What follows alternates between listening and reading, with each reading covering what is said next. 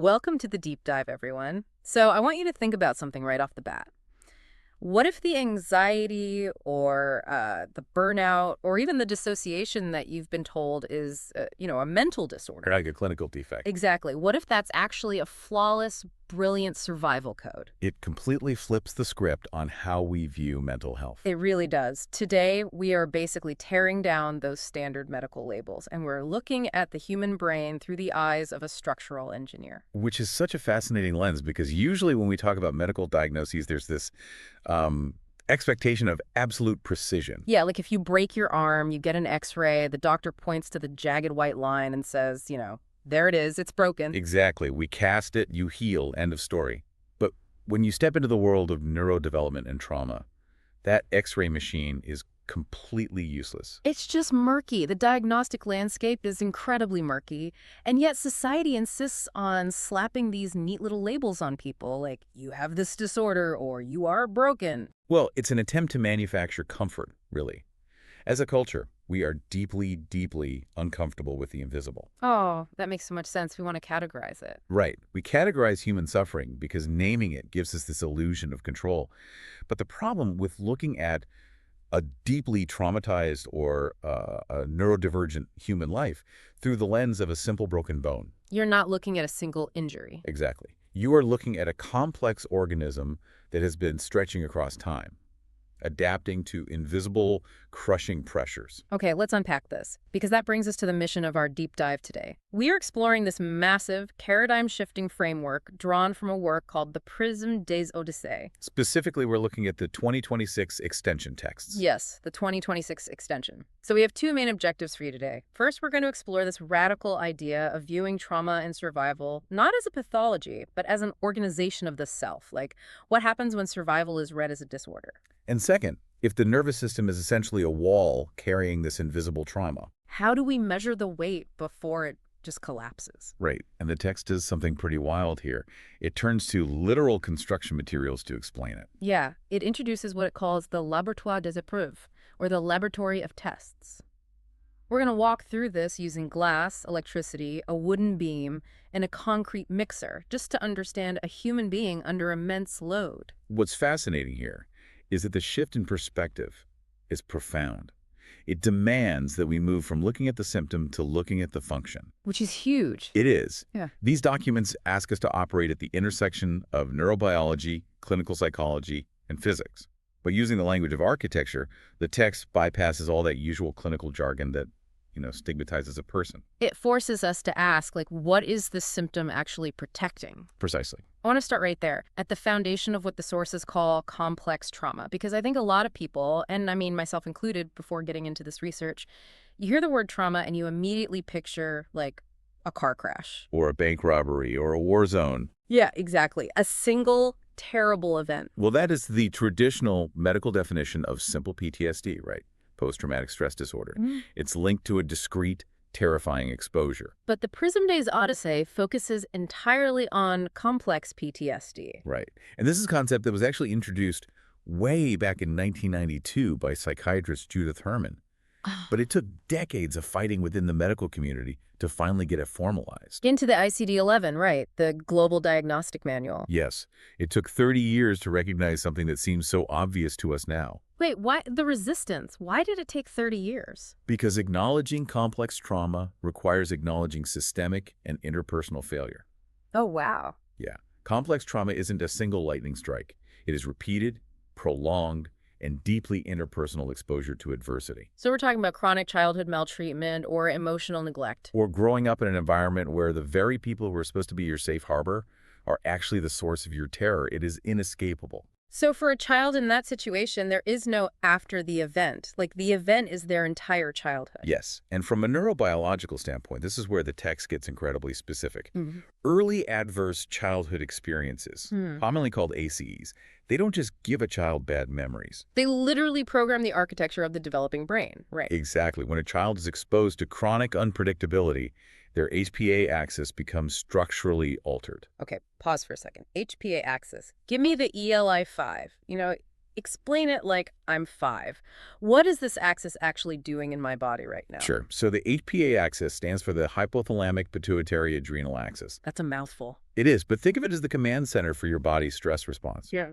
Imagine your brain's hypothalamus is a radar dish, just constantly scanning for threats. Okay, I'm with you. When it sees one, say, a child hears the heavy, unpredictable footsteps of an angry parent on the stairs, it sends a chemical signal to the pituitary gland. Which acts like an alarm bell. Exactly. The pituitary rings the bell, sending a signal down to your adrenal glands, which sit right on top of your kidneys. And those pump out the adrenaline. Adrenaline and cortisol. Your heart races, your muscles tense, your digestion completely stops. You are ready to fight or run. So it's a brilliant biological chain reaction. I mean, it's keeping you alive. It is a masterpiece of evolution. In a high-threat environment, a hyperreactive HPA axis is a feature, not a bug. Because it keeps the child hypervigilant. Right. They learn to scan a room and read micro changes in a parent's facial expression or tone of voice before the violence even starts. Wow.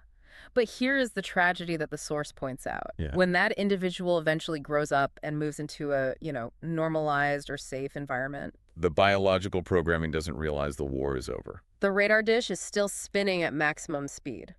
Yes. It's like having a fire alarm that gets stuck in the on-end position. Which is such a powerful analogy. And this is where the text brings in the concept of the clinique du lien and that ethical debate about psychiatrization.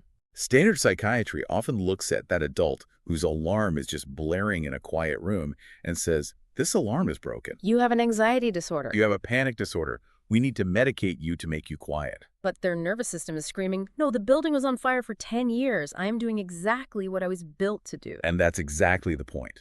The Prisme des Odysseys argues that reducing this deeply ingrained survival mechanism to a mere behavioral fault, it completely erases the meaning of the person's lived experience. It takes a profound adaptation to a toxic environment and frames it as a personal failing. Exactly. It pathologizes survival. I really want to look at the raw data the source provides on the physical cost of this, because it blew my mind. We aren't just talking about feeling nervous.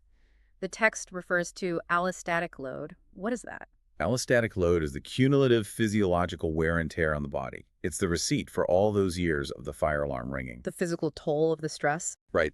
And the text cites massive epidemiological data showing that adults with 4 or more adverse childhood experiences face a 460% increased risk for depression compared to those of none. 460%. That is insane. It gets worse. A 1,220% increase for attempted suicide. My God. And it's not just mental health. There's a 390% increase for chronic obstructive pulmonary disease, a 240% increase for hepatitis. Wait, hold on. I get the depression and the suicide risk. That makes intuitive sense. But how does childhood emotional trauma cause hepatitis? That's a liver disease or a lung disease. That sounds like a massive leap. It does sound like a leap until you look at the cellular biology, which the source connects perfectly. Remember that cortisol we talked about earlier? Right, the stress hormone from the adrenal glands? Exactly. Cortisol is a glucocorticoid.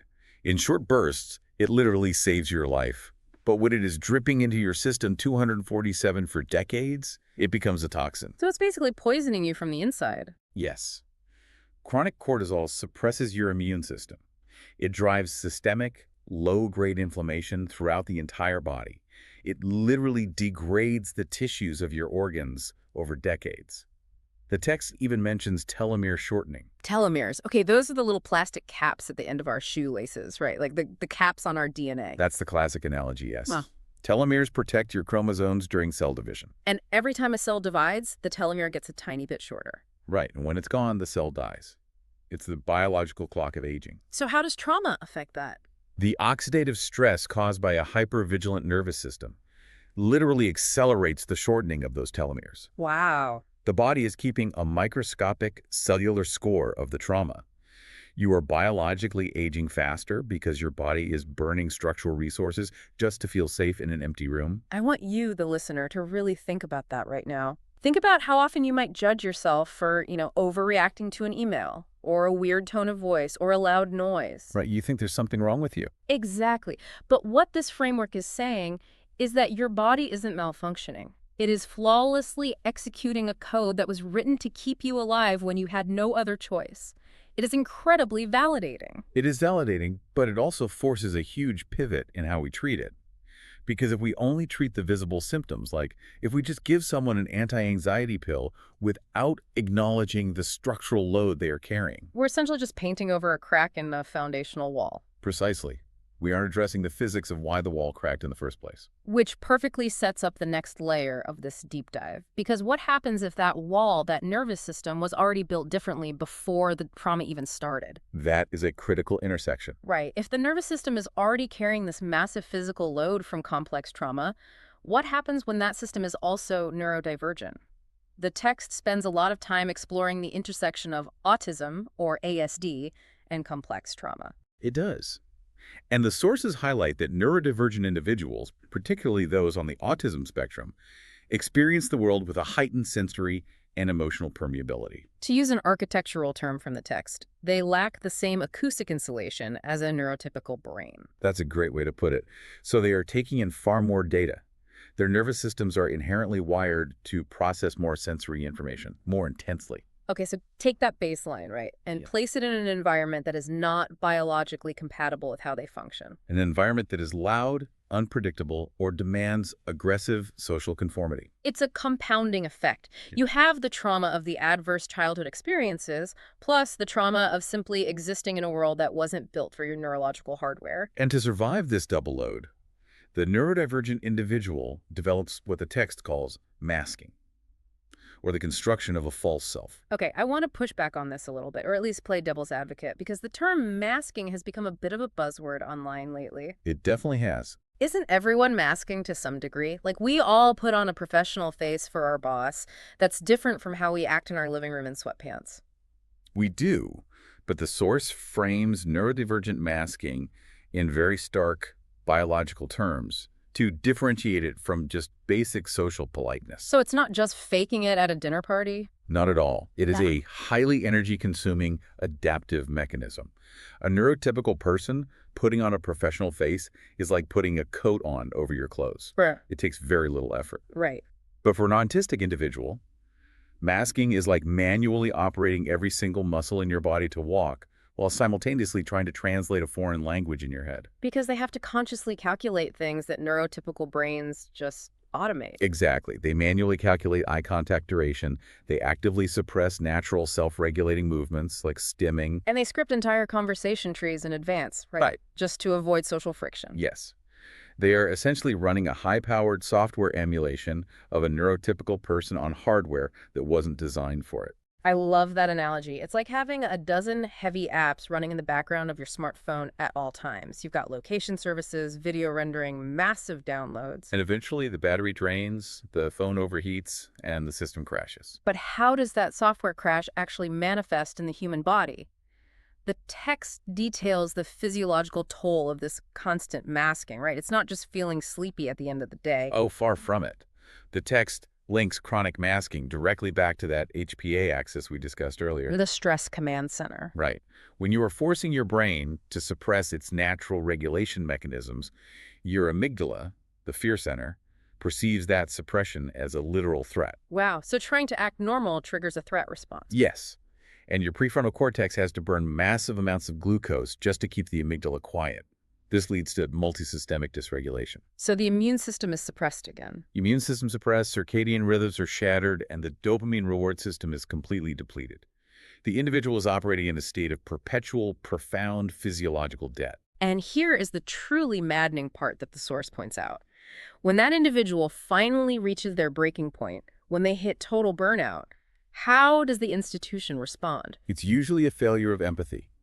The workplace, the school, the medical establishment, they usually demand that the traumatized person manage their stress better. Yeah, communicate more effectively. Yeah. Or take a resilience workshop. It's infuriating. The institution places the burden of adaptation entirely on the individual who has already exhausted their biological resources adapting to the institution. Wait, I really want to make sure I'm understanding the gravity of what the text is claiming here.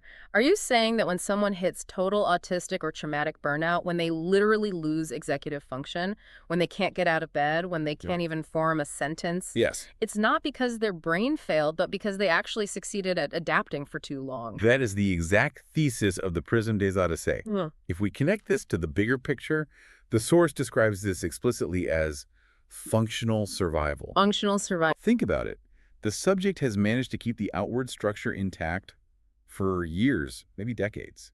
The body moved, the speech flowed, they held down a jaw, they smiled at the right times. To the outside world, they were functioning perfectly. But internally, the resources had completely collapsed long ago. The subject is psychically absent to themselves. They have survived, but at the cost of their own presence. Exactly. The burnout is just the biological system finally intervening. It is the body saying, I can no longer fund this adaptation. The bank is empty. We are shutting down the grid to save the organism. I can no longer fund this adaptation. That reframes a mental breakdown entirely. It's not a weakness. It's the final receipt for years of overpayment. It's your body saving your life by forcing you to stop. Which is a brilliant transition to the core of the source material. Yes, let's get into the physical metaphors. Because to truly understand this invisible psychological and biological load, the Prisme des Odyssees pivots away from clinical jargon entirely. It introduces the laboratoire des épreuves. The laboratory of tests. This is where the structural engineering aspect really takes over. So this isn't a physical place. No, it is a conceptual framework. It uses 4 raw materials, glass, the electrician, the beam, and the concrete mixer, to observe the human being under immense load. And the source is adamant that these are not just poetic, decorative metaphors. Right. They are literal reading prisms. The text insists we must observe the human being from multiple angles simultaneously to refuse any reduction or oversimplification.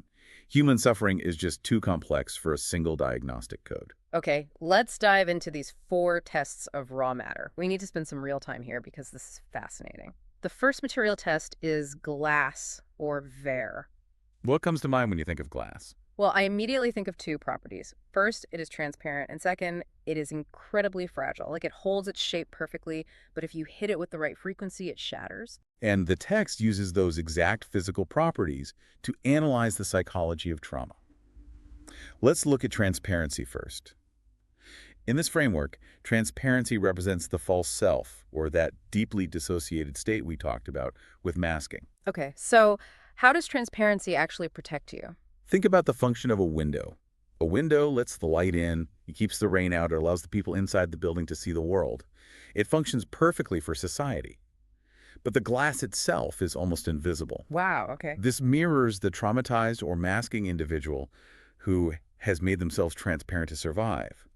They reflect what society wants to see. They become a mirror for other people's expectations. Exactly. They allow society to look right through them without causing friction. It's the ultimate camouflage. Like, if I'm transparent, you can't see me, which means you can't hurt me.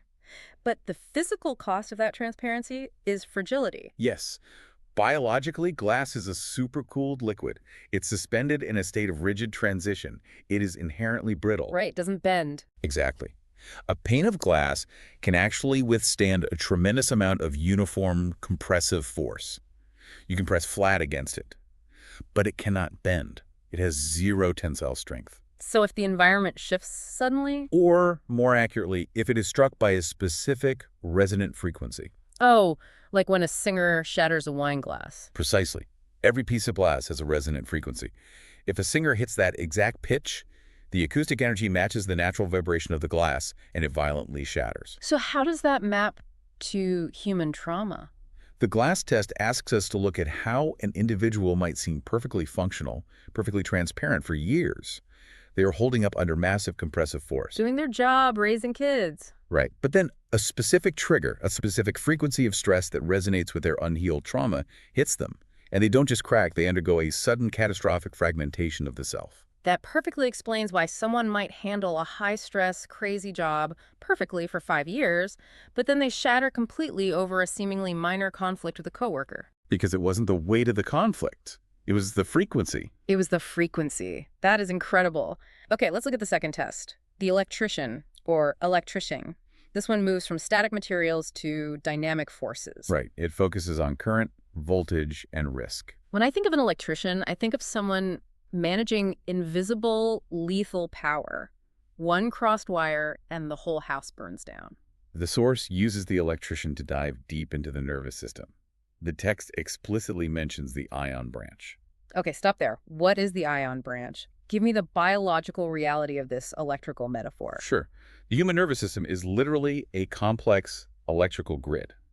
Neurons communicate through action potentials. which are electrical charges, right? Yes, created by the movement of sodium and potassium ions across the cell membrane. It is literal electricity. So it's not just a metaphor. No. And for an individual with complex trauma, that grid is constantly managing high voltage current. The trauma isn't just a psychological memory. It is a stored, literal electrical charge running through the body. Keeping the muscles tight, keeping the heart rate elevated. Exactly. So an environment that feels like a standard, 10-volt AA battery to a neurotypical person. Might feel like a 10,000-volt high-tension power line to someone with a hypervigilant nervous system. That is exhausting just to think about. It is. Trauma lowers the resistance of the wiring. And what does an electrician do when they have to manage a system with excess dangerous voltage? They ground it. They establish a ground wire. The text emphasizes this concept as tear or anchorage grounding. Grounding. The electrician teaches us that to prevent the human system from short-circuiting, to stop the biological fuses from blowing, there must be a mechanism to discharge that high-frequency energy into the earth. But wait, how do you actually ground a human being? I mean, we don't have copper wires attached to our toe. We do, conceptually. The text talks about proprioception. Proprioception. That's your brain's awareness of where your body is in space, right? Exactly. When you are traumatized, the electrical storm pulls your consciousness out of your physical body. You dissociate. Grounding is the deliberate physical contact with reality. Like feeling the literal weight of your feet on the floor. Yes. It's regulating your breathing to manually slow your heart rate. It is returning to the somatic physical body to provide a safe pathway for that traumatic current to discharge. And if you don't do that? Without that grounding, the high-frequency energy of hypervigilance will eventually destroy the biological wiring. That is profound. You can't just tell the wire to stop conducting electricity. You have to give the electricity somewhere safe to go. Exactly. All right, the third test is the beam, or putra. This one feels heavy, structural. Like a beam's entire existence is about carrying a load without bending. It spans a gap and holds up the roof. The beam is the ultimate test of structural integrity. In architecture, engineers talk about dead load, which is the weight of the building itself, and live load. Live load being the weight of the people, the furniture, the wind, the snow on the roof, things like that. Right. The beam test represents the architecture of the psyche. So the complex trauma and the neurodivergence, that's the dead load. That's the baseline weight the person is always constantly carrying. Yes. And the live load is the demands of society, the toxic workplace, the masking we talked about earlier. Okay, so what question is the text asking with this metaphor? The question this test poses is, how long can the neurodivergent individual bear this invisible, crushing live load before structural failure occurs? And that's the insidious part of this, right? It's an invisible weight. If a physical wooden beam in your house is holding up too much weight, you see it sag, you hear the wood groan, you literally see splinters falling. But a human being carrying the weight of masking in unresolved trauma. Because of the transparency of the glass we just talked about, they often look perfectly straight, right up until the exact microsecond they snap. The source discusses yield strength. Society constantly adds load to the beam. We demand productivity, social conformity, and emotional regulation, even in toxic environments. And the beam holds. The person does their job. But the internal stress, the microfractures deep inside the wood fibers, are accumulating silently. And when it snaps, society blames the beam like, oh, they just couldn't handle it. Yes.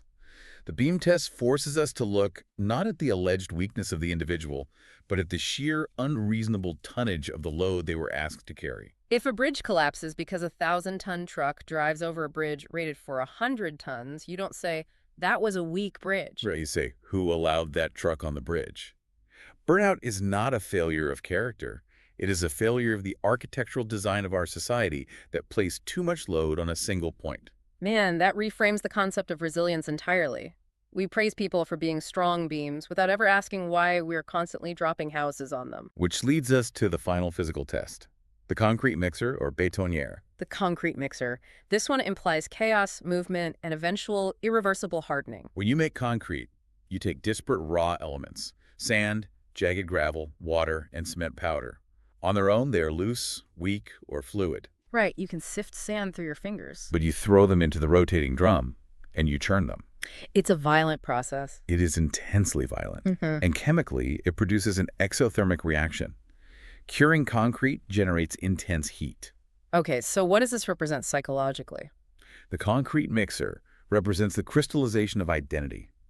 It observes how the raw, chaotic, and often violent elements of a person's life, their trauma, their neurobiology, the systemic failures they've endured, are thrown into the spinning drum of their lived experience. So the friction, the anger, the heat of trying to survive, that's the exothermic reaction. Yes, and eventually the pouring stops. The mixture is poured into a mold, and it begins to cure. It sets. And concrete is permanent. That is the crucial thing. The hydration reaction is permanent. Once it sets, you cannot unmix it. You cannot separate the sand from the gravel ever again. So what does that mean for a person's identity? Does it mean they're stuck? It means that a deeply traumatized or neurodivergent individual doesn't heal by returning to the raw ingredients. They don't go back to being the innocent sand or the clear water they were before the trauma. Wow. The concrete mixer test asks us to respect the permanence of the new structure. The individual adapts by becoming a new, hardened architecture capable of withstanding the world they've experienced. Their relationship to time changes. Their nervous system is permanently altered. For better or worse, they have crystallized into something strong enough to survive. So we have the fragility and transparency of the glass, the high voltage and grounding of the electrician, the invisible load bearing of the beam, and the violent, permanent crystallization of the concrete mixer. It's a brilliant, holistic way to map the human experience. But the source doesn't just hand us these metaphors and walk away, right? It applies a very specific reading method to them. The Prismedes Odyssey says these tests must be read through 3 simultaneous layers. Yes, survival, reduction, and developmental. Walk me through how we apply these layers, say, to the beam. Sure. The first layer is survival. This is the baseline raw observation. Looking at the beam, the first question is simply, how is this structure managing to not break right now? What are the raw mechanics keeping the roof up? Exactly. It forces the observer to acknowledge and respect the sheer biological endurance required for this person just to exist in this moment. Okay, that makes perfect sense, acknowledging the effort. What is the second layer, reduction? Because earlier you mentioned this was the critical ethical layer. Reduction is the danger. It warns against the societal reflex to reduce the human being to just their survival mechanism. Oh, I see. It is the danger of a doctor or a boss looking at the individual and saying, you are just a cracked beam, or you are just a shattered glass, or you are nothing but a diagnosis of CPTSD. But wait, isn't a diagnosis supposed to be helpful? I mean, if I get a diagnosis, it gives me access to therapy or medication or accommodations. How is that a dangerous reduction? A diagnosis is a tool, and tools are absolutely necessary. But the text warns about what happens when the medical or social institution allows the diagnosis to erase the complex humanity and history of the person. Right. If I label you simply as disordered, I absolve myself of having to understand the toxic environment that forced you to adapt in the first place. Reduction strips away the context. It takes the concrete mixer, ignores the trauma that went into it, and just says, hey, this concrete is poured wrong. Perfectly said. It isolates the individual from the environment that shaped them. And the third layer? The third layer is developmental. This is the layer of neuroplasticity and post-traumatic growth. Even after the concrete has hardened, even if the glass has spiderwebbed, a human being is not a static object. So they can change. Yes. The developmental layer looks at how the individual can remodel the concrete, how they can rewire the electrical grid. It is the layer of hope, suggesting that with a biologically compatible environment, the structure can evolve into something new and functional. The source synthesizes all of this, the 4 materials, the 3 layers, into a core philosophy it calls the noblesse du prisme, or the nobility of the prism. It demands an anti-vulgarization approach. Anti-vulgarization meaning we must absolutely refuse to oversimplify human suffering. Refuse to reduce it. Right. The nobility of the prism demands that we hold the fragility of the glass, the strength of the beam, the trauma, and the immense potential of the individual in our minds all at once. Yeah. We cannot reduce a human life to a single data point. It demands a profound level of respect. Which brings us to the most practical, and I think probably most urgent part of our deep dive today. The reconstruction phase. Yes. Because it's one thing to understand the architecture of trauma. It's one thing to look at the cracked beam or the overloaded electrical grid and say, wow, that's carrying a lot of weight. It's another thing entirely to figure out what to actually do about it. Exactly. Once the beam is cracked, how does the Prisma des Odysseys suggest we rebuild? The text is definitive on this point.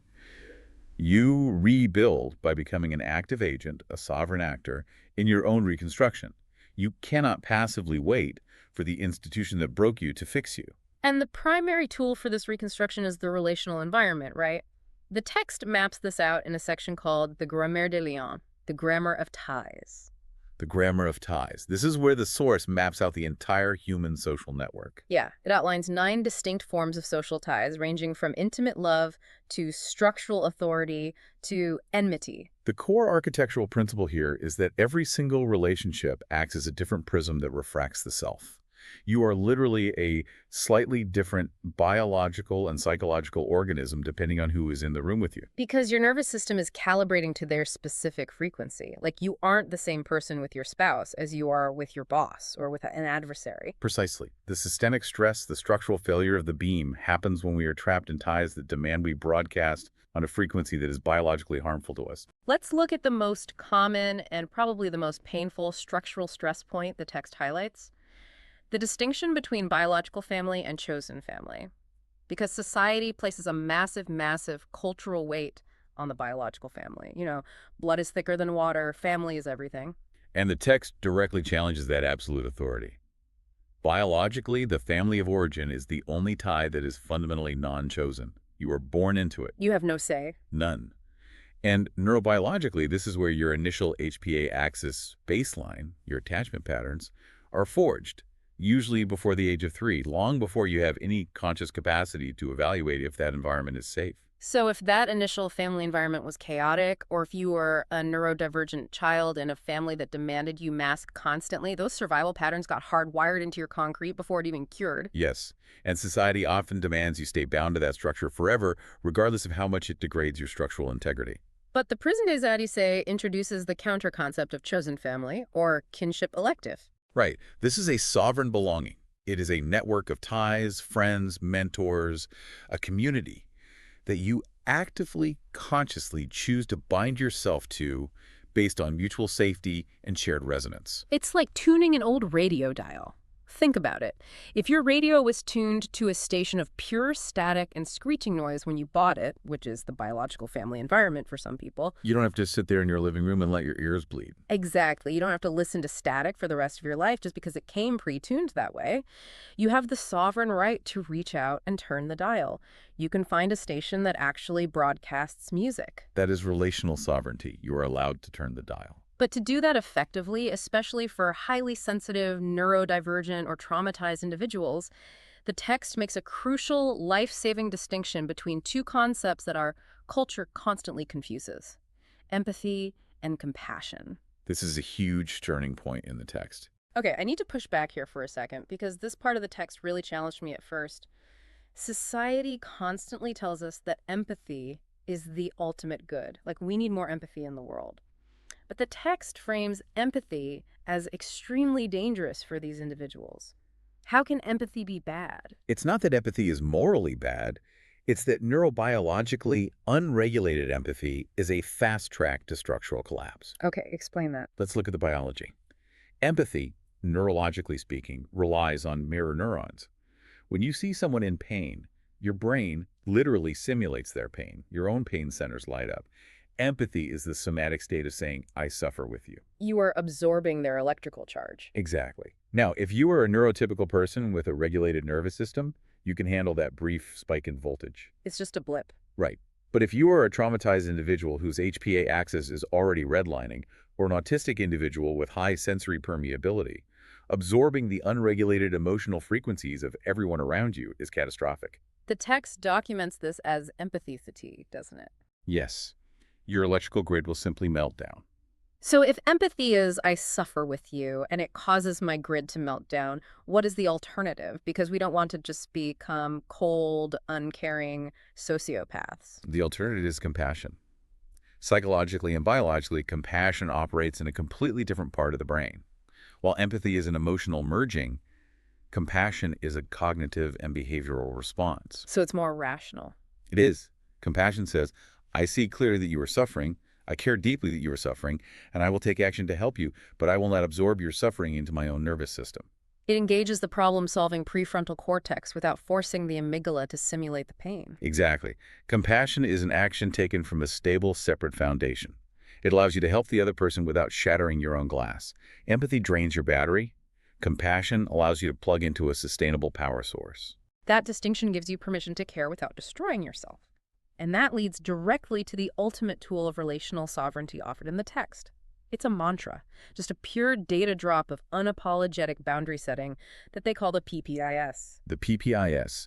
In the original French, it reads, Je définis ma fréquence. Le bruit ne définit pas ma présence. I define my frequency. Their noise does not define my presence. It is a declaration of structural independence. It means that you can observe the chaos, the anger, or the dysregulation of the people or the institutions around you. You can see the noise of the concrete mixer, but you absolutely refuse to let that noise alter your internal baseline. You maintain your own electrical frequency. You do not let a toxic environment tune your radio dial for you. I define my frequency. Their noise does not define my presence.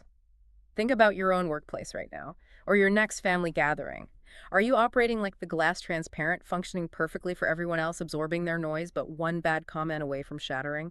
Write this phrase down. Carry it with you. It's a lifeline. It really is. Because we have covered a massive amount of architectural ground today. We've looked at how complex trauma literally rewires the HPA axis and shortens your cellular lifespan.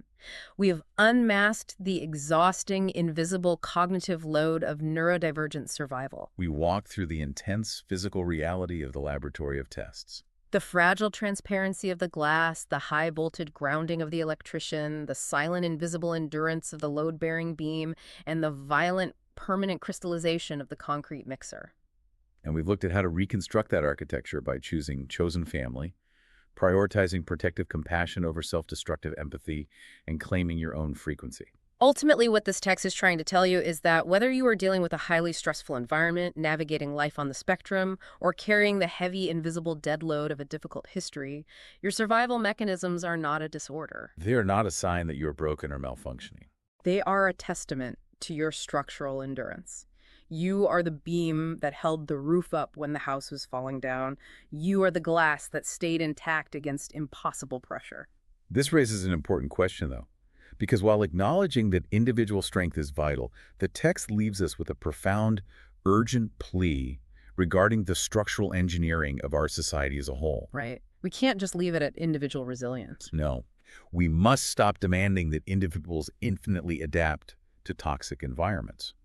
The burden of adaptation cannot continually fall on the most vulnerable, the most sensitive, the most heavily loaded beams. It's unsustainable. We have to start shifting our civilizational focus toward building environments, schools, corporate workplaces, healthcare systems, families that are biologically compatible with human life.